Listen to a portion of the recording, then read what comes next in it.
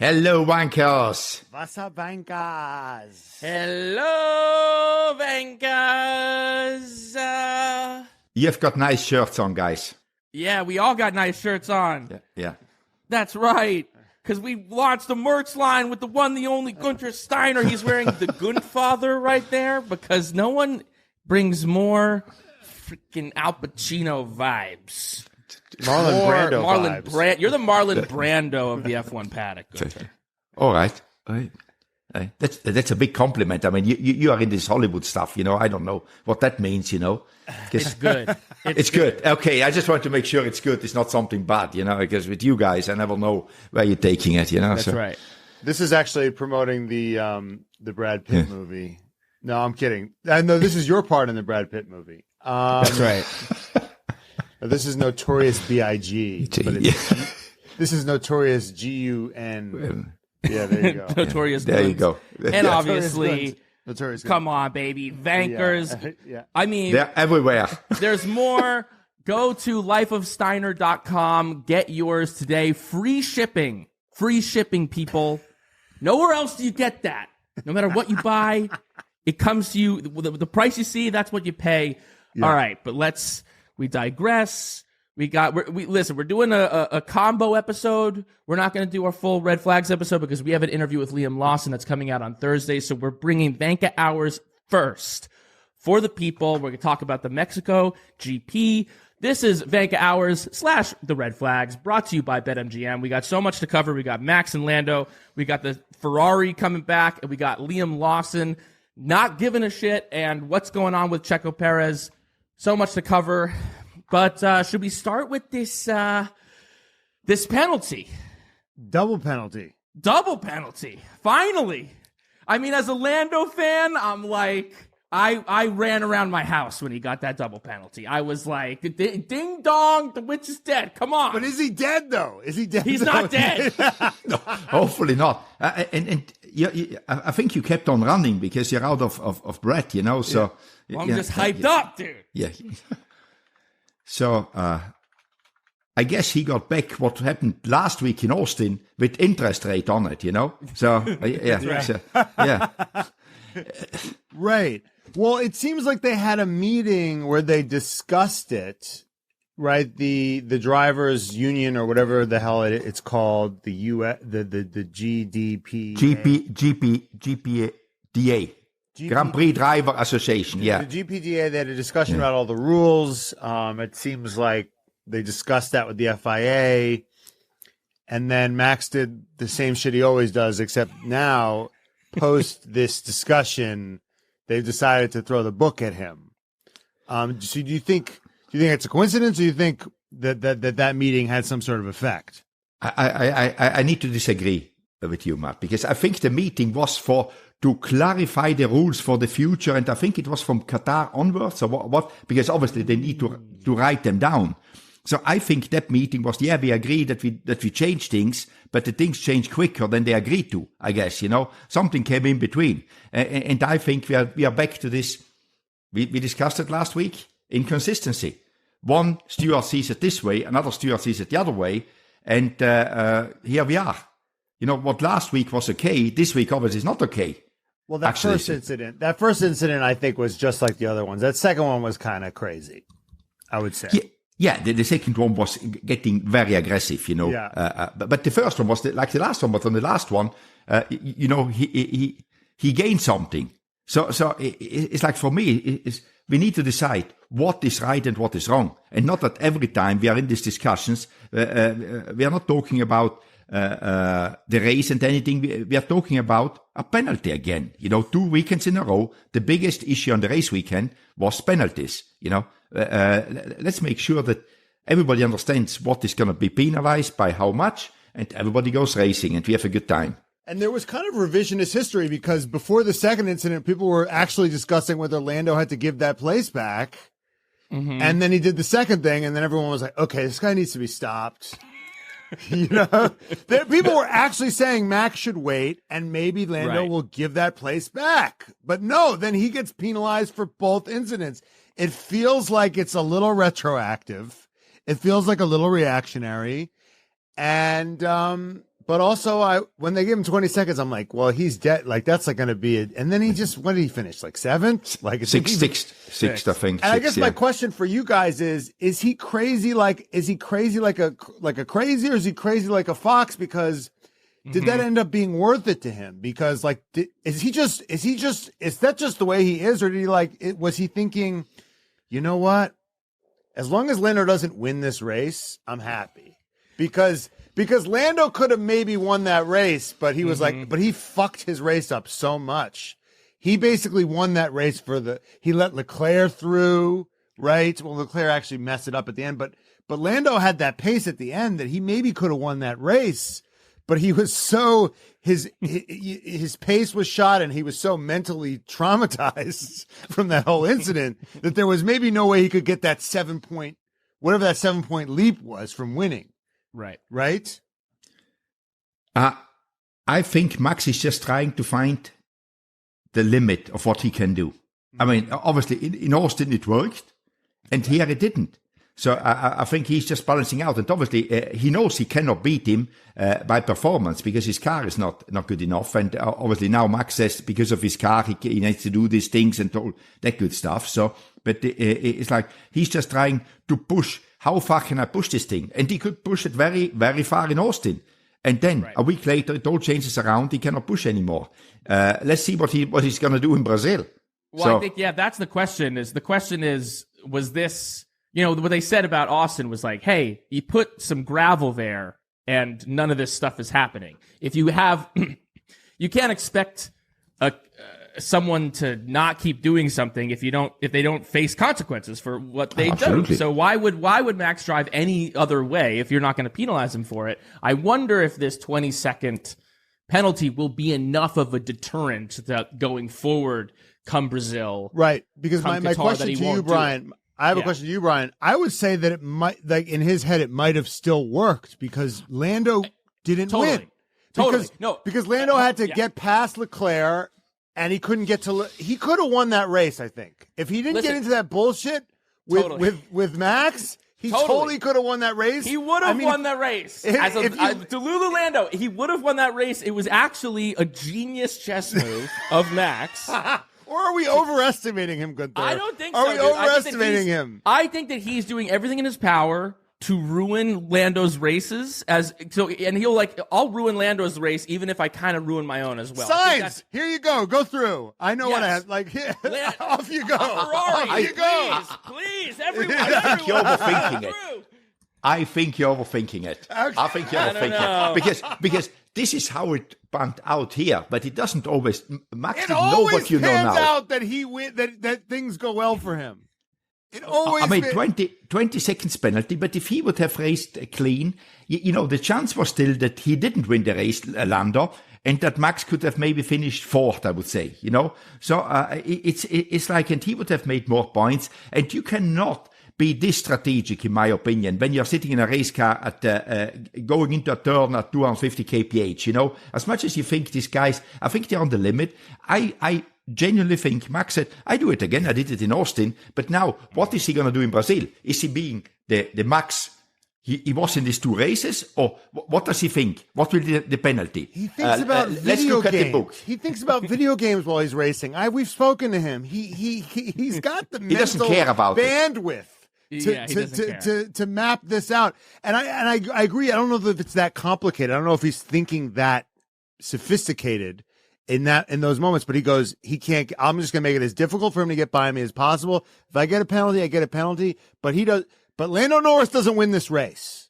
Right. He can think that, but I don't think that he thought that he will get a penalty because he got away in Austin, Sure, and now, what is he going to do in Brazil? Because you cannot keep on going with penalties because you will get penalties on your license and all that stuff, So it isn't a simple, he needs to fight hard, and he's fighting hard. And as I always said, Max is the smartest racer around there. He now tries to win the championship. He knows he cannot win a race. He knows that. He knows that since a few races now. But, can you be this strategic, pushing people off, knowing you get a penalty? You don't know what penalty you get. Every penalty, you have got a risk as well in the pit stop that you get another penalty. It's not this easy, So, because you don't know what the other people are doing around you. I don't know. I think that Max has a good sense. I think that Max has built up a... Oh, he's the best racer in there. With Alonso. Him and Alonso. Right, but it's like, but there's also a level where, of course, you don't know what other people are going to do, but I think, a la, two dogs in the wild, like sniffing each other out, who's going to be the pack leader. Max has spent years being like, this is how I behave, and then the people around me behave accordingly. The only times, when Lewis threw it up the inside of cops, that was a time where, like, for once, Lewis didn't behave how he had normally behaved. He's still waiting on Lando Norris to, like, stick his nose in there. But no, Lando's waiting for the refs to call a flag. So this time, the refs called the flag, refs threw the flag, but Max still kind of won the... But they're in a situation now, Brian. Where this is Lando's problem, is if they both go out, fine. Like, he's fine with them both crashing. The loser, Lando cannot not score. Yeah, exactly. So Max is happy, like, crash me. I don't care. Yeah, I'm fine. Sainz said it's the best thing for him to happen. Yeah, right. Sainz said it before the race. He was like, everyone else has stuff to lose, and I got nothing to lose. So, like, everyone's I won't even be here, and I won't be here next week. Yeah, exactly. What did you make of? I mean, this? I don't know. Do you feel like this is a good thing? These penalties being called. Last time we were kind of bemoaning that the refs threw the flag in a way that felt inappropriate. This one felt a bit more appropriate. But do you think that, like, the stewards sticking their nose in there in this example was also? Do you want to let the boys race? What are you at? Well, it was interesting because, like, Liam Lawson and Colin, no flags there. Yuki Tsunoda, no flag. There was no flag. Like, it was like last race, it was flags on everybody. Max, you're beautiful. This race, it was Max, fuck you, and then this time it was no one else, and then everybody else is fine. It was a complete reversal. Consistency. I go back to it. I mean, there was different people there, and you can see it. They see it different, Yeah. And there shouldn't be a difference where you're racing, when you're racing, and who you're racing. It should be equal for everyone. It's difficult to do because, like in normal life, if you go to a judge, they normally are pretty balanced, with the sentences, because otherwise you pick your judges. But it's like, oh, this guy, he said, everybody could do what they wanted. Just let it go. I mean, who cares about, you're racing for B8 or B9. Who cares? Or even further back. Last week it was like, oh, you're racing for P16. You need to get a penalty. But the guy which is winning the world championship, no, we need to make sure that is not. Right. It's weird. Well, Brazil's coming up, and famously, a lot of these moves that are being questioned now, I mean, Max and Lewis in 2021, when Max just absolutely threw Lewis off track. I mean, it was just like, and no penalties were called then. I mean, Lewis has been on the horn saying, like, oh yeah, everyone's talking about this now. Well, where were you 3 years ago, guys? Like, they came for Lewis and we said nothing. Now it's precious little Lando. That's right. I think we should be the stewards in Brazil. I agree. I think you should be FIA president. No, but I agree we should be the stewards in Brazil. King Guenther. That's right. And if they don't, then they're a bunch of fucking wankers. Let's go. Okay. So Carlos Sainz won the race. Carlos Sainz won the race. Who? Right, exactly. What is going on here? I mean, we think we've discussed this before. Your friend Mattia Binotto said that it was a mistake to get rid of him. Do you think that a lot of people think that he's just that perfect number, like when Leclerc's not there, Sainz is there, and he's just a perfect number two, and that Lewis Hamilton is just, it's going to be another one of these, whereas like Oscar Piastri is like a terrible number two in the sense that he's either not there or he's fucking up Lando's whole day. He's too good. When you have Lewis Hamilton, they're both going to be fighting over they're going to be fighting each other. Whereas for that top spot, Carlos Sainz, he might be that perfect number two. Do you agree with Binotto? Do you agree with your friend Binotto? Or you agree with your friend Fred? I don't agree with anybody, that. So basically, not even with you, because he's not a number 2, Carlos Sainz. How many races did he win this year? 2. How many did Charles Leclerc win? 2, I think. 2. Exactly, 3. yeah. No, he's won 3. 3. But why you say Carlos is a number 2? I think Carlos is as quick as Charles. Obviously. Okay, all right. Sorry, this podcast is over. Guenther, this was fun, but hold on, your internet's cutting out. I don't think he's a number 2. As quick as Charles Leclerc. As quick? Yeah. I mean, he won 2 races. Charles Leclerc was nowhere. So he's not a number 2. I think he matches what McLaren has got in the moment with Lando and Oscar Piastri. I think it's the same. They can win. They have got 2 number 1s, both of them. And at some stage, you need to say one is going for the championship and one is not. And that is the perfect scenario to have. And as you said, I think with Lewis next year, because the expectations are so high for Lewis to come into Ferrari, otherwise, why would you take him? If you don't think he's better than Carlos Sainz, Fred knows that he needs to be better than Carlos. But Carlos is pretty equal with Charles. So let's see what Charles is doing. If obviously either Lewis is better or he's called the number 1 and isn't as good as Charles, But only time will tell again. But I think it will not be easy for Lewis. Also to get the team around him like Carlos has got in the moment. It will take him time. It will take him time because Carlos is there a while. I have a question about that. So, I mean, a lot of people talk about engine adjustments, right? Oh, Lewis is going to be moving to the Ferrari engine. Now, you worked under the Ferrari engine. I'm sure you've had drivers that have come, Nico Hülkenberg came off the couch. That's not a good example. But yeah, he was fat, yeah. Well, what does a driver have to do? Like, I get how cars are different. Like one car is different, but how is like an engine when they have to run at how are engines different? How is Lewis going to have to adjust to a Ferrari engine? I think that will be no problem for him. The engines are very similar in performance-wise, power. Obviously the curve could be a little bit different, but with all your electronic tools, you can adjust it. What they will do, they will drive this thing in the simulator until the cows come home, that he understands how to best use the engine, how to recharge and all that good stuff, when to use the power, how long you have available, because, but that I don't see a problem because, Lewis will put some effort in. So he's ready in Australia next year. So all that talk about engine learning curve is kind of bullshit to you? There is a curve, but you do it in the simulator.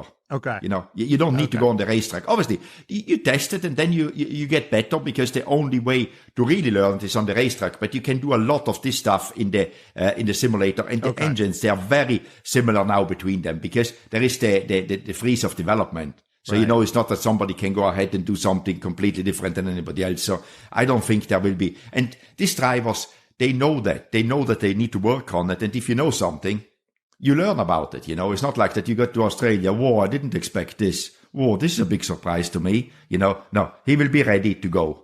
Do you think that Sainz going to Williams, there's this, he's been in race-winning machinery, and now he's going to Williams where, he'll be lucky if he gets a top 5 finish kind of thing. So it's like Guenther joining this podcast. It just seems wrong. It's wrong. No, this fits like a glove.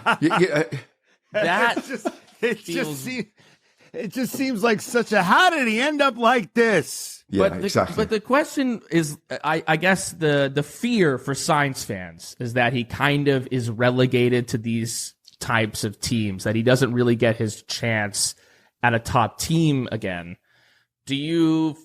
Where are you with Or does that? Red Bull step in? Is Red Bull just going to stop this nonsense and give him a 2-year deal or something and just step in? I think it's too late. I think it's too late for that one. I think you're completely right. He keeps it could be that what he needs to be careful that he's not forgotten about, Right. That the people after 2 years say, Carlos who, Right. He needs to put the effort in and just beat his teammate properly, That's the first thing he needs to do. If he starts to struggle with his teammate, I think, to get back into one of the top 3 teams will be very difficult. But, on the other side, if he does a really good job with the Williams, if he turns it around, you get credit. Difficult to do, but there is an opportunity there as well. There is, a challenge is always an opportunity.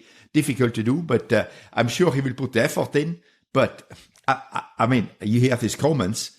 I think he would rather stay at Ferrari than to go to Williams. Yeah, he doesn't seem too enthusiastic about it. Yeah, exactly. He seems pretty down. I mean, as much and as the James Ferraris Vowles are is only like, getting better. James Vowles, he believes in what we're doing here at Williams. He's bought in. It's like, no, babe, you were the best option. You were the last fucking lifeboat left on the Titanic. Yeah, exactly. And he clung on.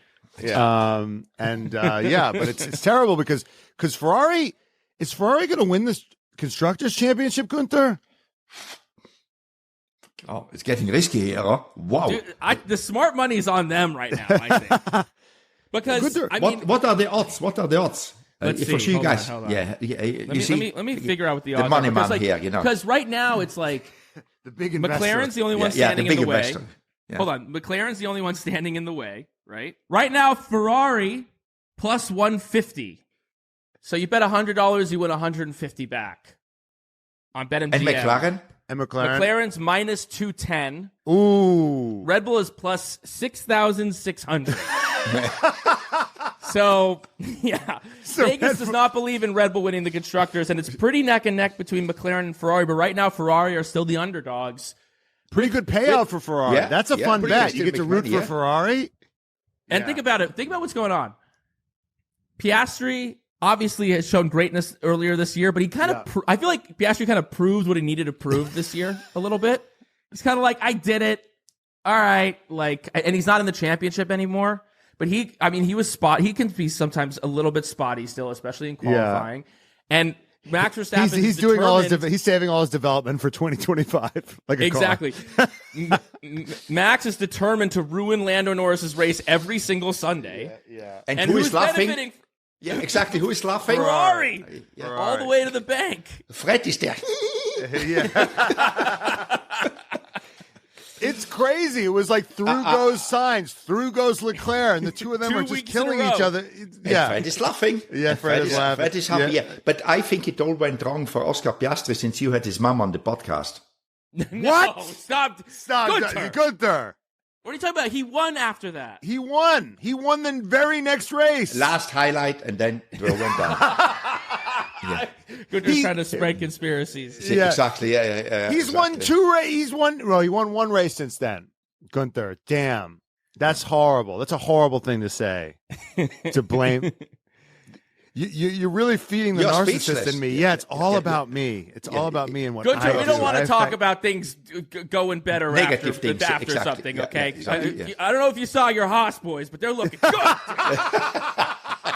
I mean, Kevin Magnussen was looking good. Wait, I want to talk about. I want to hone in on this right now because. Yeah. Kevin Magnussen sure you are ready with the knife. No, not on a hot. I'm looking at Kevin specifically.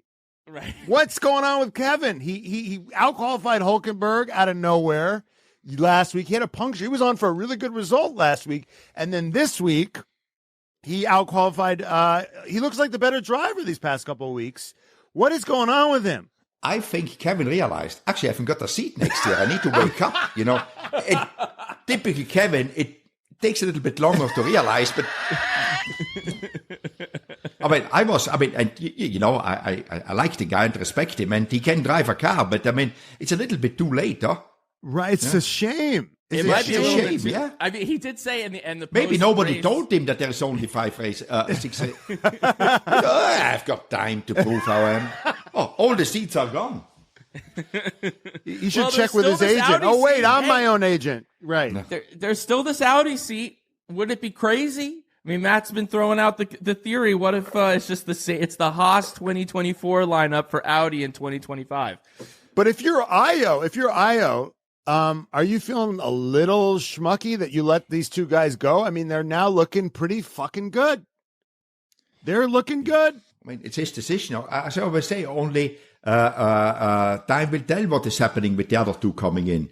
Right. You never know. But, I mean, they're doing good. I mean, Nico did good, but he decided early on that he wants to move on, you know. Right. So to the big German. But do you think Nico's regretting it? I mean, look at how well they're doing right now. And Sauber is still a dumpster fire.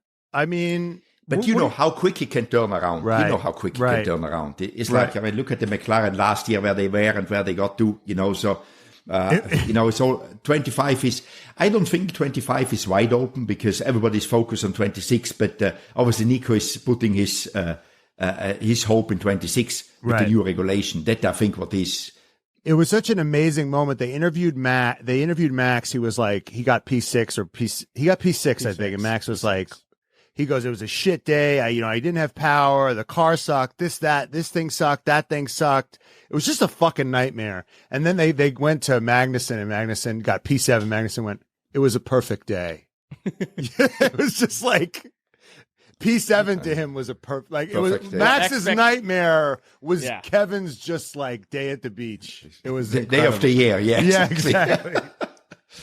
That is the difference. Yeah.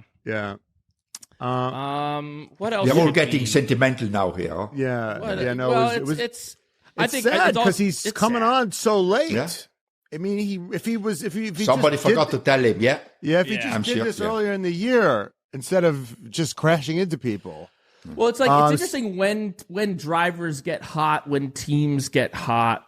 I just watched. There's a 3-part documentary series on Netflix about the 2004 Red Sox Yankees series where they were down 3-0 and then they swept. And then they won the World Series. It was and like that team for the first half of the year just like sucked. They were just like playing 500 baseball, and it's like interesting like when the motivation of I feel like there's certain cyborgy guys, a la Max, maybe a la Lewis, a la Alonso, who can just do it week in, week out. They're just consistent. But with other guys who are a little bit more rough around the edges, or a little bit more like streaky, like what it takes for them to like really be in the pocket. I think Sainz was saying that too, like going into like Mexico, he was like, I'm just feeling really good right now. Like I'm driving really well.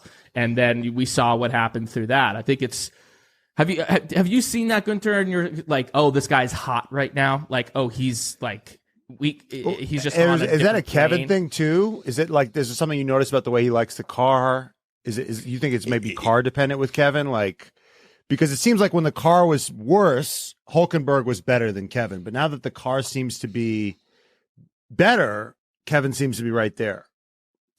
I think you're completely correct there. I mean, drivers, when they've got a good car, I think when you go to a race like the Ferraris now, as you said, Carlos, they know they go to a race, they can win the race. It's a different, the motivation is just different. Then when you go there, if all goes well, I maybe can finish 4th, 5th. If everything is fantastic, I get on the podium, but I cannot win. And it's the same for the people, the people behind the top 4 or 5, which say, oh, I can get into the points. That some people get motivated, but at some stage that motivation goes away as well. It's like, I got the points now. I want something more. And when you get that little kick that you can get more, you're more motivated. You like everything better. Everybody's nice. Everybody's happy, It's not like when you go to a race and say, hey, if you have a fantastic weekend, can get a point. It's like after you do it the 4th or 5th time, the 3rd or 4th year is like, fucking hell, I've been there before, Right. Why? I mean, it's nice to go to an F1 race, but it is like that little extra.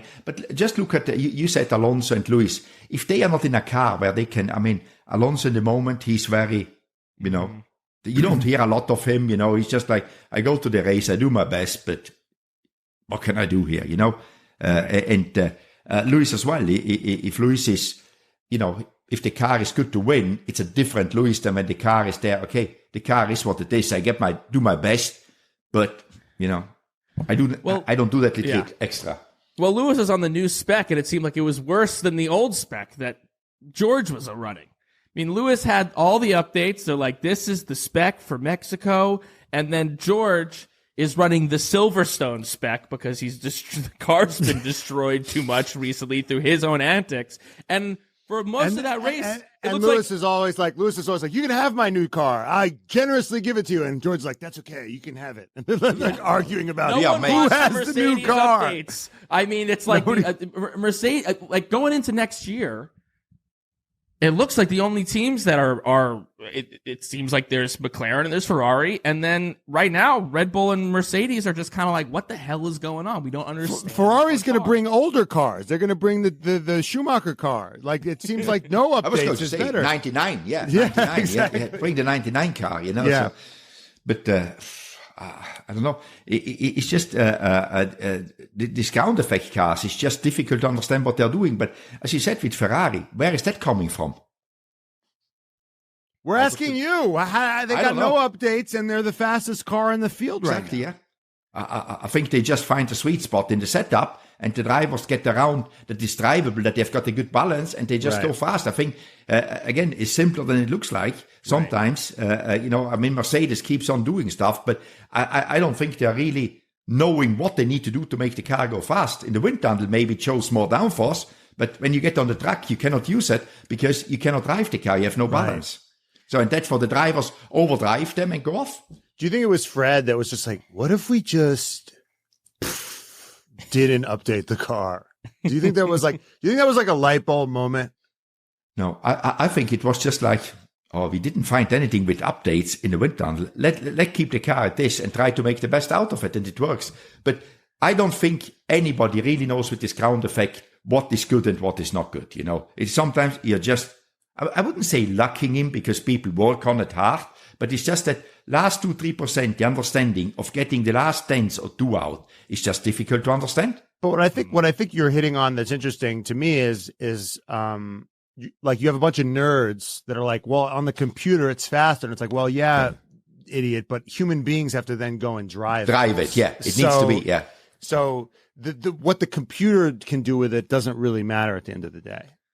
That's what shows again. AI is not perfect yet. We are still waiting. We're still waiting for AI. Yes, and I can't wait. I can't wait until it's perfect. That'll make everything so much better. You did that. There was in one season of Drive to Survive, Guenther. I remember that there was like a new spec, and then there was like we're gonna run the new spec with someone, and then the old spec. And then both with Grosjean and Magnussen, and they're both fighting because they think they both wanted the old spec because the new one just like wasn't working out. What in terms of like there was an argument. There was an argument on who got the new spec and who got the old spec, and you decide. I forgot how you decided who was going to get it, and they crashed anyway. One of them crashed anyway. I think Grosjean got it, and then he crashed. How do you decide who gets the spec? Or have you blacked that out, Guenther? Have you blacked that whole situation out? I don't know about anything what you're talking about. Guenther, you had one. You had one spec. Oh yeah, it was Io. It was Io's team principal during the Grosjean years.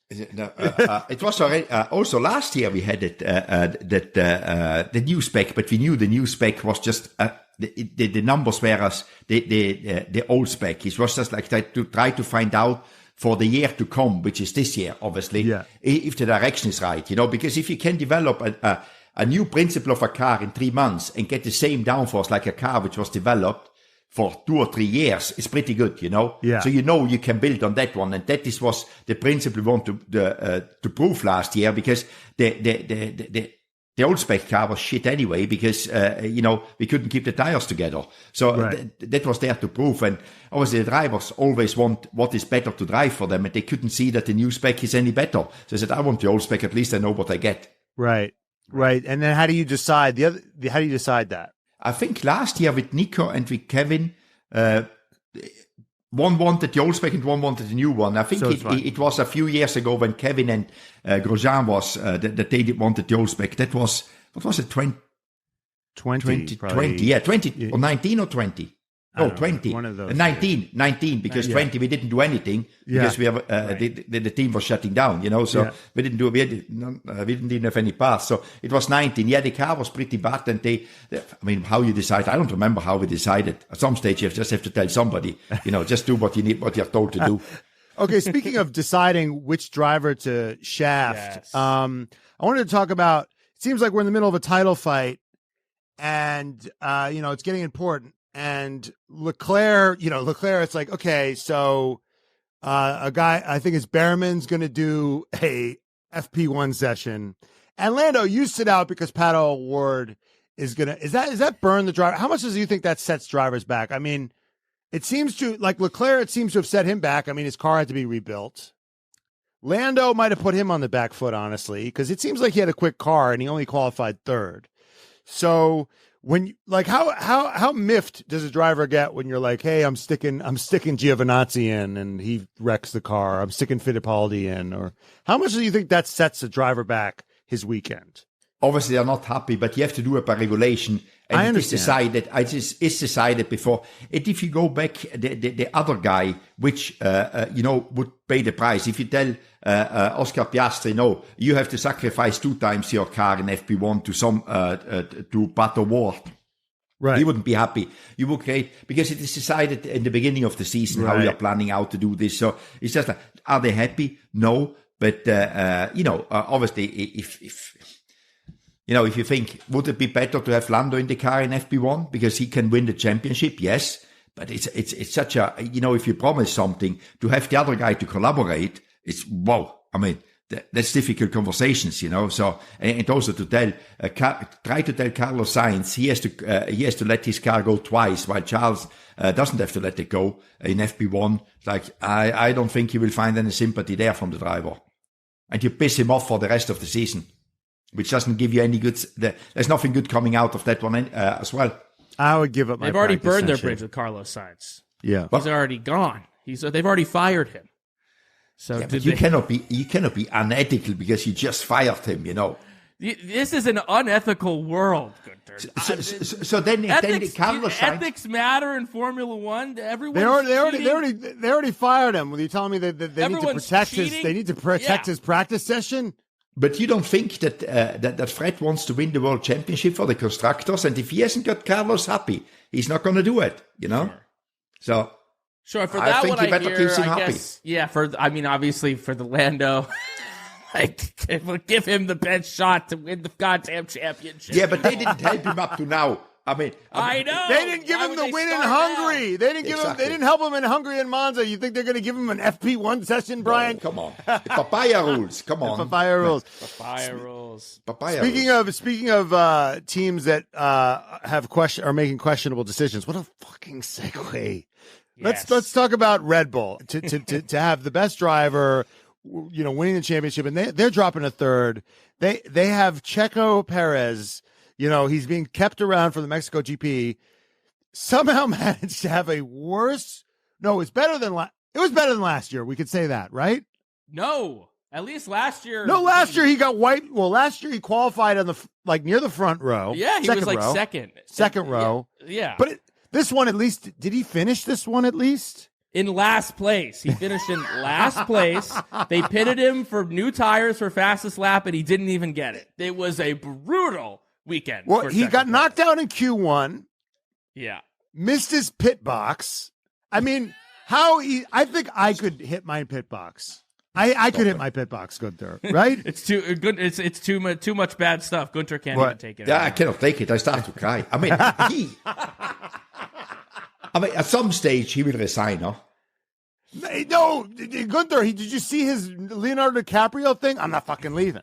He posted the clip from The Wolf of Wall Street where Leonardo DiCaprio, where the federal government is ready to arrest him, and he's like, unless he resigns, unless he resigns, and he says, I'm not fucking leaving. That's what Checo posted on his own Instagram account. And his dad said he's going to be a world drivers champion, and he's not going anywhere. Good luck with that one, huh? Yeah. So he's struggling. The guy is struggling, and I think at some stage somebody needs it. Can you imagine going to the racetrack with all? Obviously you get always critiqued when you're in the headlight, Yeah. But if you have nobody, or not, the only one behind you is your father with an unrealistic quote saying you will be world champion. It's like, yeah, my mom would say that to me. Yeah, Guenther, you will be world champion. I said, yeah, mom. I'm sorry.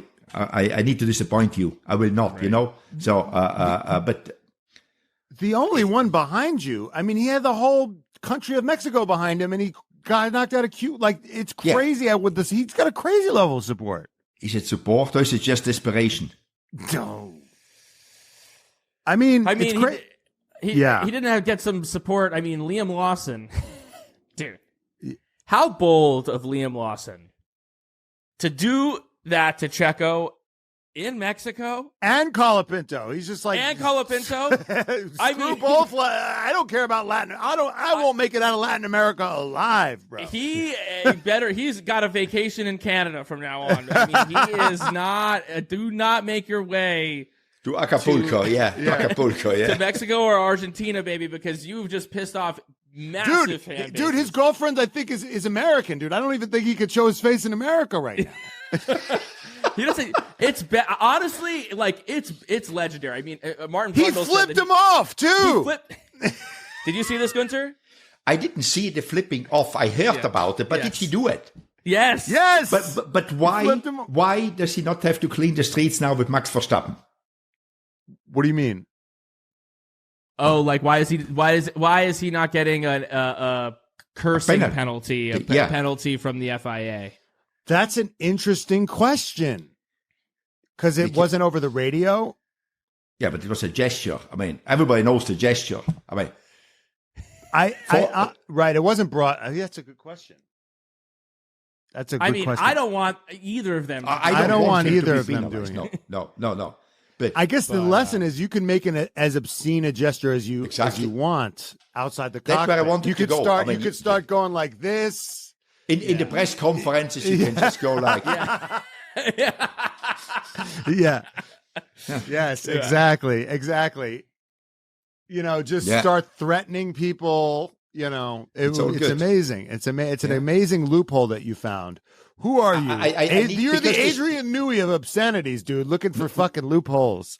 Exactly. No, because Johnny Herbert was the steward, I think, there, and he was very outspoken that his grandkids, he doesn't want to see them or hear these things. So I need to speak with Johnny. Johnny's a friend, I need to speak to Johnny. We need to clarification, because you got some sheltered ass grandkids. Exactly. Yeah. Mm-hmm. Exactly. Sheltered grandkids.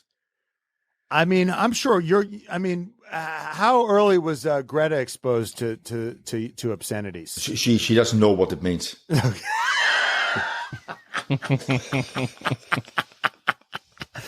Okay, so anyway, what do you think of Liam? What do you think of Liam? How do you think? I mean, what do you think of Liam's performances so far? Pretty ballsy. Down 0-2 to the Yuki Tsunoda, though. Down 0-2 in qualifying.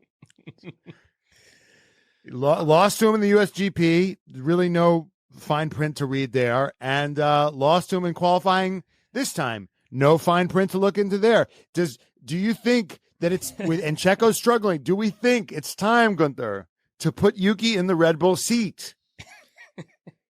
It's about time that they put somebody else in. Yes! I think it is like, I just see it as, it's nothing personal with Checo. It's just like, look at the result. What we looked before at BetMGM, no chance to win. And they can win the championship for the drivers with one driver. So they could be easily winning the championship. And at some stage, somebody will make a decision or has to make a decision. Otherwise, I think management is weak if they don't make a decision. It's like, why would you lose the championship for a driver? Because he's not performing. And you cannot say that Checo is performing. I mean, he can be the biggest Checo fan, but you cannot say, this is good enough. This is not good enough if you want to be world champion. When you're fighting for a place in the Constructors Championship and like one driver's bottling it, I'm sure you've been there. I know you've been there when you're like trying to get 8th or 9th and a guy just bottles it. Yeah, exactly. But, and like, does it start to get corrosive because like one driver's just fucking it up and it's like literally costing people money? Like, cause don't they get bonuses? Oh yeah. It's just like nobody believes in it anymore. And also it questions the leadership, because it's clear that if a mechanic, if one mechanic takes 4 seconds to change a tire while the other one changes it in 2, I mean, all the other ones are pissed at the guy which takes 4 seconds, Right. So it's about the same. You just create this negativity in a team. You can keep it positive for a while, but at some point, you're just in this negative spin and the performance isn't there anymore. The dedication is not there because and forget the performance. It's the repair bills too. I mean, what does a stacked car do to your guys? I mean, it depends how big it is damaged, but the guys never are happy to work on the weekend. But also in the budget cap era, it prevents you to do upgrades and to do developments because you spend the money on damage repairs. Right. Yeah, when Mick crashed in Monaco, car split in half. That must have been. That was not cheap. That one could not have been cheap. I mean, Mercedes has talked about maybe that Toto has said that they're at risk of breaking the budget cap because of the many crashes, including the Kimi Antonelli crash and all of George's mishaps this year. Vankas, as you know, we have teamed up with BetMGM this season, and we are using BetMGM lines to make all of our picks. And if you haven't signed up for BetMGM yet, use bonus code DADDY, and you will get up to $1,500 first bet offer on your first wager with BetMGM. Here's how it works. You download the BetMGM app, and you sign up using the bonus code DADDY, cause we're fun. Deposit at least $10 and place your first wager on any game. You'll receive up to $1,500 in bonus bets if your bet loses. Just make sure that you use the bonus code DADDY when you sign up.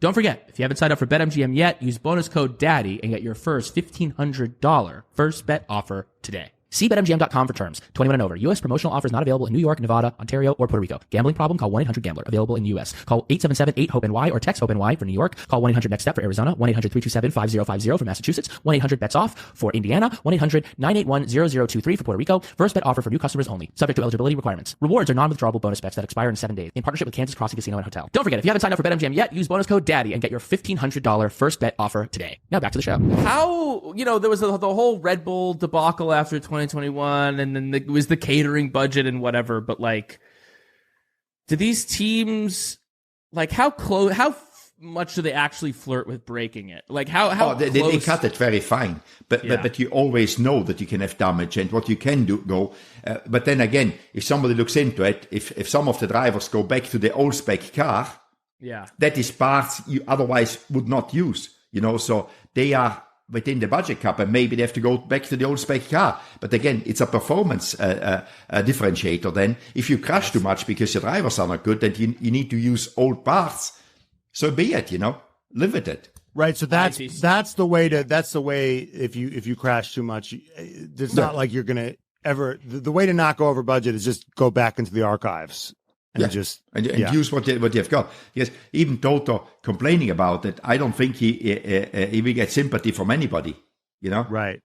He will not get a dispensation to spend $1 million more because they crashed. Because then everybody is using that as an advantage to do something. To make their budget cap money bigger. So you're the team principal of Red Bull. What are you doing right now? I would say I would swap Checo for Yuki. Yes! I would say nothing to lose, and that also gives Checo a chance. You need to be also fair to him to drive still an F1 car under less pressure, and maybe finds his way again. Take the pressure away from him, put Yuki under pressure. Liam and him are teammates now. Oh yeah. Keep it rolling, dude. Keep it coming. Keep it interesting for us. Drive to survive, right here, right over here. That's what people want to see. Yes, that's amazing. Yeah. That's awesome. That's a great idea, Guenther. Throw Yuki in that seat and make Liam and him teammates. To be honest, Yuki cannot do a lot worse than Checo is doing in the moment, huh? To be honest. That's true. Yuki, honestly, I just want to say about Yuki's start of this race.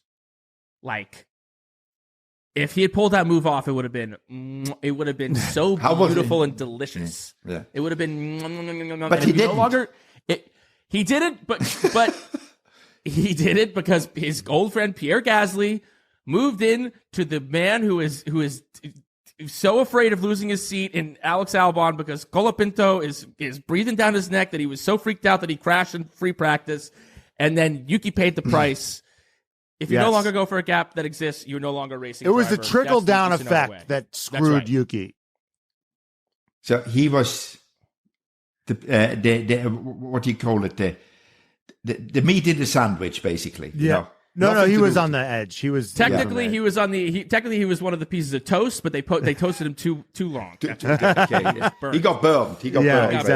Exactly. And so did Albon. Okay, should we start our awards? So we're going to do a bunch of awards, our typical Wanker Hours awards. So let's start with those. Guenther, we're going to do Rockstar and Wanker of the Week, brought to you by Cash App. Guenther, who was your Rockstar for Mexico? Carlos. He did nothing wrong. He just delivered the whole weekend, And unfortunately, he's leaving Ferrari and nobody took a lot of notice of it because of all the other stuff which happened, but he won. He was just like flawless. He did do one thing wrong, Guenther. What was that? He wasn't Lewis Hamilton. All right.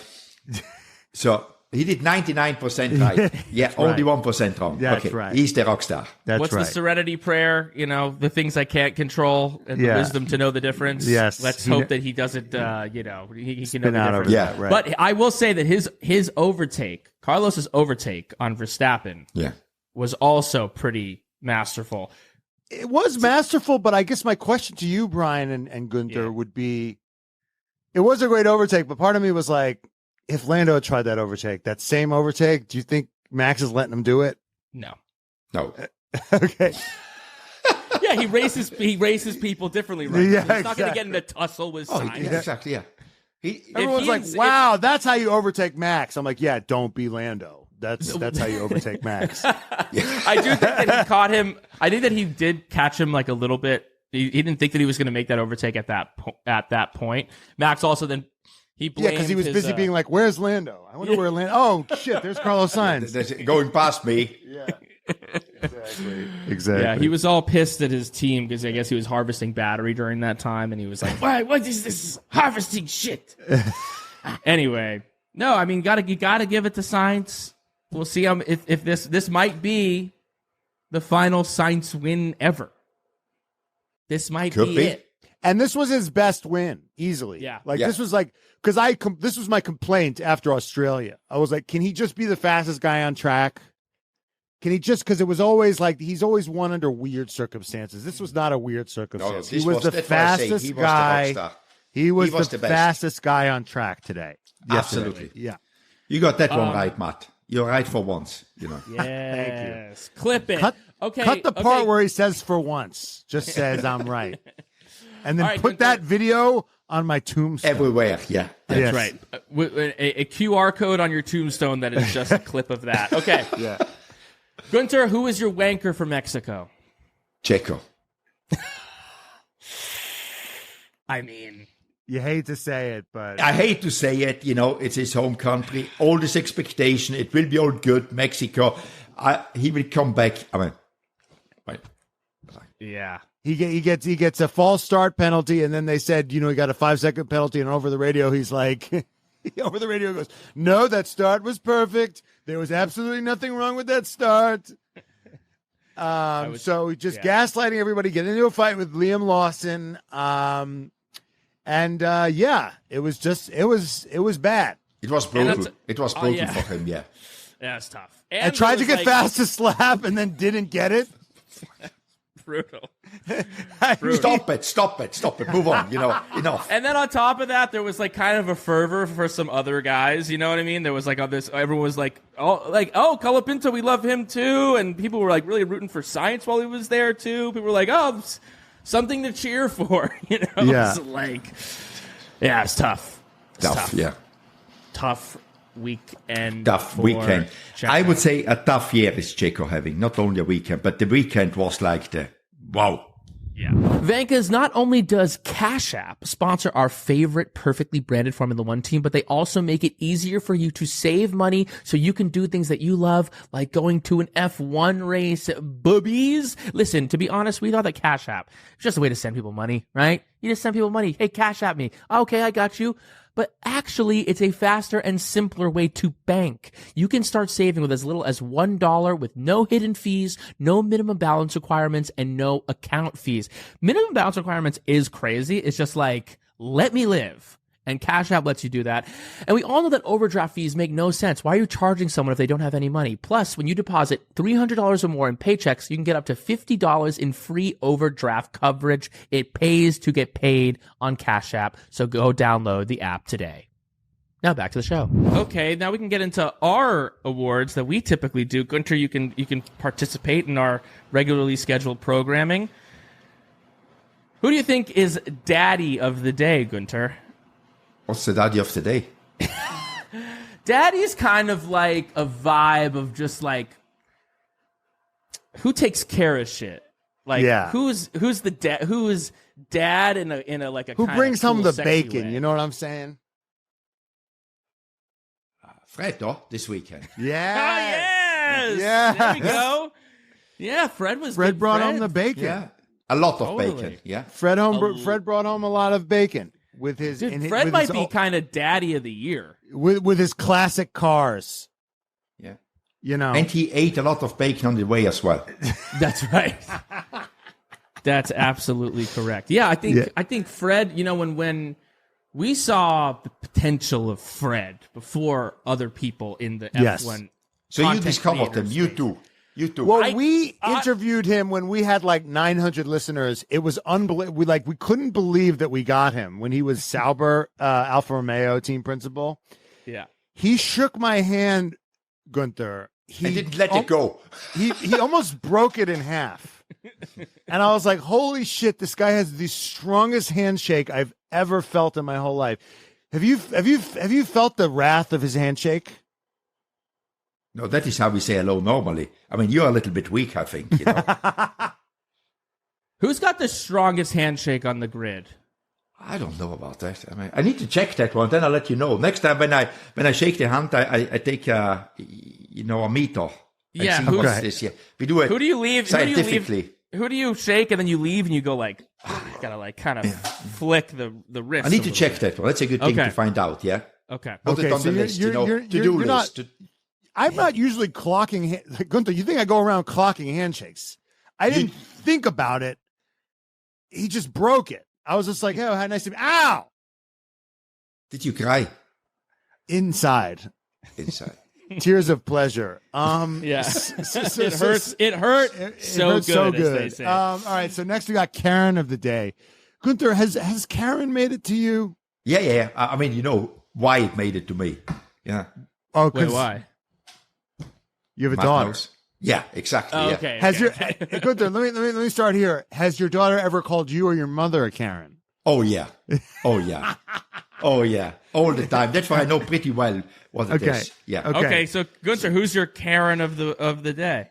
I mean, it needs to go to Checo, because he complains about, like, I was a perfect start. Yeah. Or Liam ran into me. Yeah. Oh, he gave me the finger. Spoiled an otherwise perfect afternoon. Right. Correct. Yeah. That was and then when Liam got in the crash with Colapinto and like some of his debris was on the track, or Checo saw that they had gotten into a crash, he was like, "Is it that idiot? That idiot again?" Yeah, I bet it was. Like, oh, is it that idiot that you guys definitely shouldn't promote? Definitely wouldn't promote that my guy. Seat, that bastard which wants my seat, Yeah. Unbelievable. Do you have any nominees, Matt, for Karen? No, that's perfect. Okay, that's so we got damn good red flags of the day. Red flags, red flag of the who day? Is like the most? Oh my God, this person is a red. You red flag made it to you? Like, oh, big red flag. Yeah, mate. Yeah, I'm not. I'm living in North Carolina. Not in fuck. Okay. Not in fucking the north of Italy. Yeah. Yeah, thanks. Yeah. In the tundra. He rents it out. He doesn't live there. Right. He vacations there. Yeah. Red flag. Red flag. Who can be? I mean, Red Bull for getting third. Yeah. Red Bull for somehow. Red Bull or Max. Red Bull or Max, Yeah. No, I was honestly impressed by Max. I was like, yeah. When he got 20 seconds, I was like, oh my God, this championship's been blown wide open. Oh no, never mind. Also, Max got punished. So like there was he did the stuff, he got punished. And afterwards he was kind of like, yeah, it is what it is, dude. Like, call the penalty for sure. Like, he didn't fight it. Yeah. Which was kind of fun. Yeah, red flag for Red Bull, you're right. Red flag, Red Bull, because they don't make a decision. Also, they never tell him. Also, they were like, they kept Checo on, and they're like, yeah, Max, totally hold on to that position. Don't give it back. Like, why don't they ever tell these guys to just give the position? Because I guess they won't. They actually, you know what? I know the answer to this already. They just want to hold Lando up. They don't really care where he finishes. They don't want him to win that race. Right. Because that jump from first to second, that 7-point jump. That's a 7-point jump. That's the big, like, you're just doing calculations there. It's like, what? If first place is 25 points, and then everything underneath, it's a 7-point jump from first to second, and then 2 points going down. So it's a worthwhile endeavor. That's the main. That's the thing that's going to screw them. Is if Lando gets first in a race where Max gets 6th. Because it's like that was a 10-point switch that happened. Max gets 8 points. Lando gets 18. That's 10-point differential. If he got first, all of a sudden that's 17 points. And then all of a sudden it's a different conversation. And I think that brings us to radio of the day.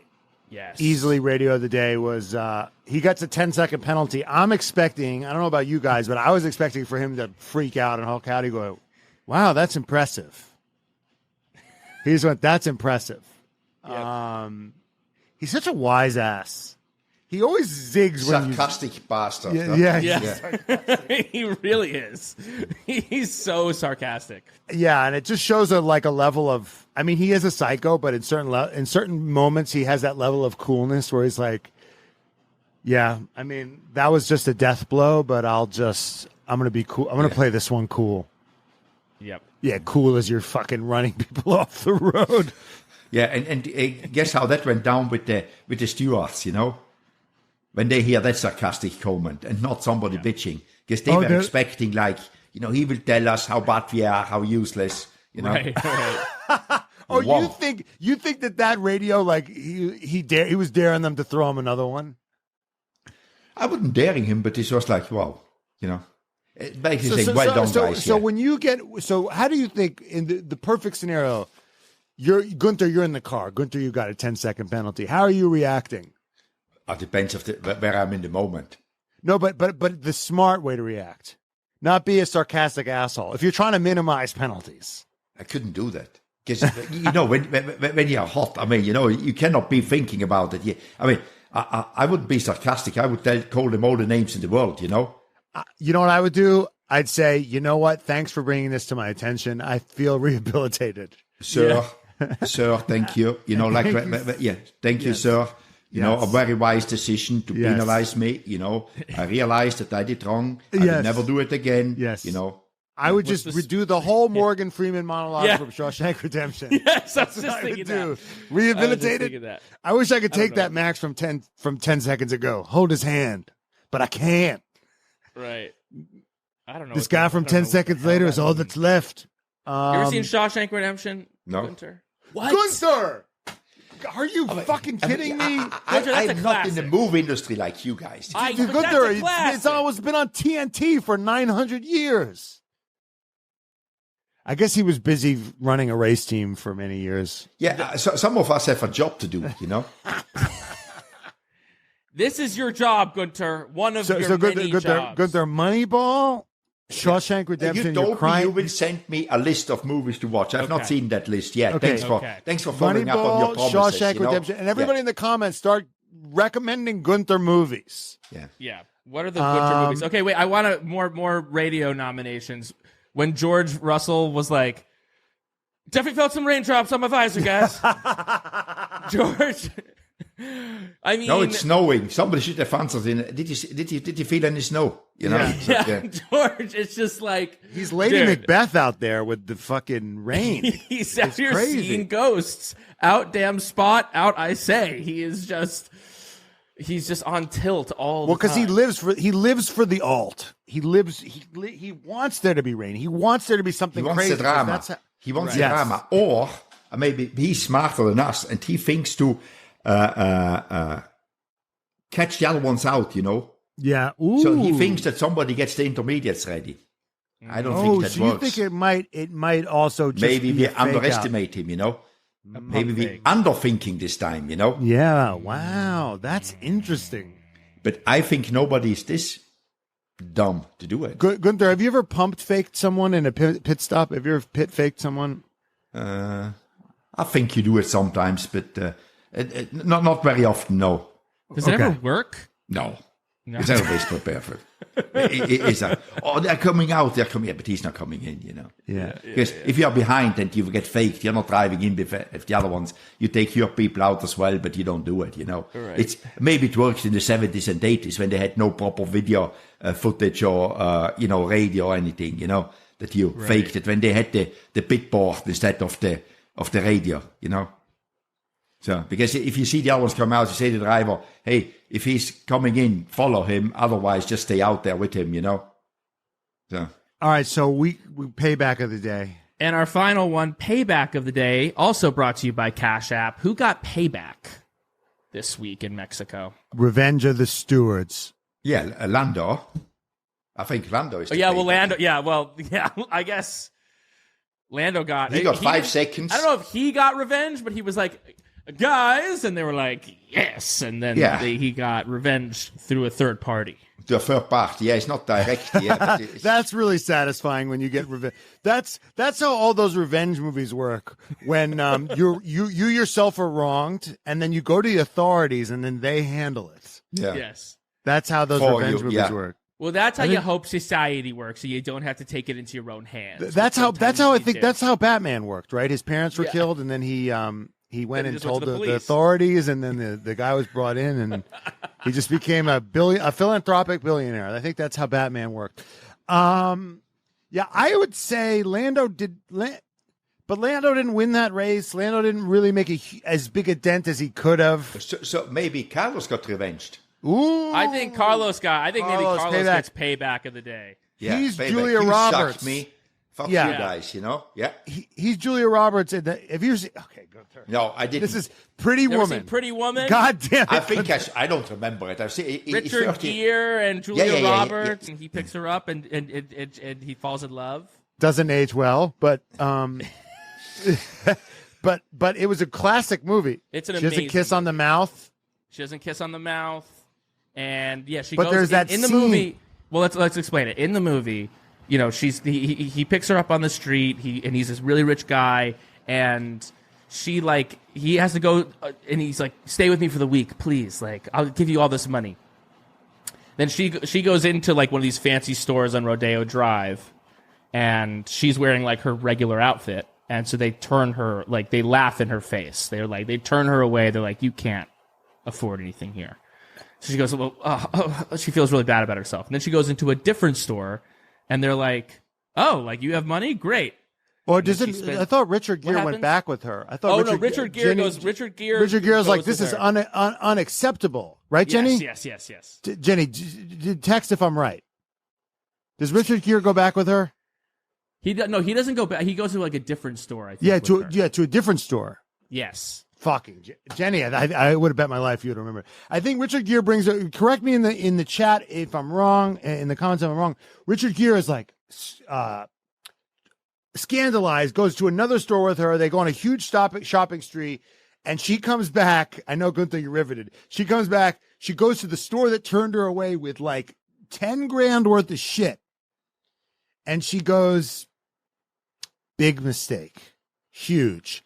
And those salespeople are like, damn, that's Carlos Sainz. That's Carlos Sainz. Yeah. He's walking by with all the bags going, big with mistake. The trophy, walks past Fred, walks past Fred with the trophy, and just like, right. And he walks past Charles. He says, "Hey, this is a real trophy, unlike the fucking one you got in Austin." Yeah, exactly. Yeah, the cheap one. Yeah, this is a real trophy. Yes. All right, Carlos Sainz, payback of the day. Guenther, let's do predictions first. Guenther, what are your predictions for Brazil? Charles, I think the car is just too good. Charles, Lando, Carlos. Podium? Yeah. Wow. Charles. What are we looking out for at Brazil? Like, what should us fans be looking for? What's giving you headaches as a team principal? Brazil, the weather sometimes can change very quick. Weather is very unpredictable normally. So maybe George will be right. He will be the first one to spot it, because he's a bit of an expert. Because he sees rain when it is not around, What else in Brazil? Actually, all the drivers like Brazil. Brazil is a very nice race course, It's small, but it's very nice because of the altitude change. What you call it? Yeah. Change in altitude. Yeah. Change in altitude. On the racetrack. Yeah. The topography. Exactly. Yeah. Whoa. Damn. These are sophisticated words of wisdom here from Brian Those are Muller. some $10 words from Brian Muller. Yeah. That's right. Okay, let's see if we can ask one of these fan questions and then send you on your merry way. Oh, Guenther, I guess, is there beef with you and Martin Brundle? No. Word on the street is that during his grid walk in Austin, he snubbed you, or that there was he walked by. Is there any tension there? No, I didn't even see him in Austin. See, everyone's trying to make a mountain out of a molehill. There's no beef between you and Brundle. No. What's the deal? We love Brundle. What's his vibe? Can you give us like this? I like Martin. I like skinny Martin. on Martin. Yeah, I like Martin. You know, when I see him, we always have a chat. I didn't see him in Austin. So where did they see that one? I guess, he's running around. He's got the camera crew there, and I guess maybe you guys passed like ships in the night, and people were trying to make. I didn't even see him. Here. I didn't even see him. Yeah. So. See, Guenther. All right, Guenther. Here's one question I find. We know you were a mechanic. Do you still work on? This is from Jay Katz. Do you still work on cars in any capacity? Like if your Toyota Tundra craps out on you, are you popping the hood? Are you fixing it up? I'm popping the hood if I have to put oil in or something like this, but otherwise. They are much more complex than I could ever understand how they are now, you know? I see. So, yeah, its time has gone, you know. But I mean, I can fill oil up and, check the wiper washing liquid, but that I think otherwise I don't put hands on it because I will mess it up. Okay, but here's a question. When you go into like a mechanic shop and they're like, well, that'll be $10,000 actually. I know that one. Oh yeah, Mark, don't worry. I will put them right. You know. But so you know enough that you're like that's not yeah. That's not. Yeah. Oh yeah. Okay. So I know far too much. You know. Okay. So, okay. Is that when your daughter calls you a Karen? Yeah. Yeah. That is part of it. You know, when I try to be cheap. You know. Yeah. So, yeah. Exactly. Yeah. You embarrass me. You know. Dad, just let him fix the carburetor. Yeah. Injection system, you know. Yeah, I mean, you guys don't even know what a carburetor is exactly. Anymore, you know. All right, so yeah, no, I would pay the $10,000 because what I do is I don't know about you. What I do is I just drive to 10 places and see what they all say and pick the cheapest one. Huh? Is that the wrong move? Tell me what's the move. Could be the wrong move because if you don't know what they're talking about, they could sell you something you don't want, and the car is not fixed afterwards, and you spend little money but you waste it. You know. You need to find the best service for the cheapest price. Okay. Sounds like a good plan. You know what's you know what's the best service for the cheapest price? These t-shirts on lifeofsteiner.com. Amazing quality, absolutely incredible. Only $45 per t-shirt, free shipping. $45 is what you pay, baby. You cannot get nicer ones and better ones. you really can't. Honestly, The quality of these shirts are amazing. They've got Guenther's Punham on it. What else do you fucking need, you don't need any more. Yes. That's right. That's right. You got an early episode of Vanka Hours. We got our episode with Liam Lawson coming up. Until next time, Vankas. Goodbye, Vankas. Goodbye, Wankers.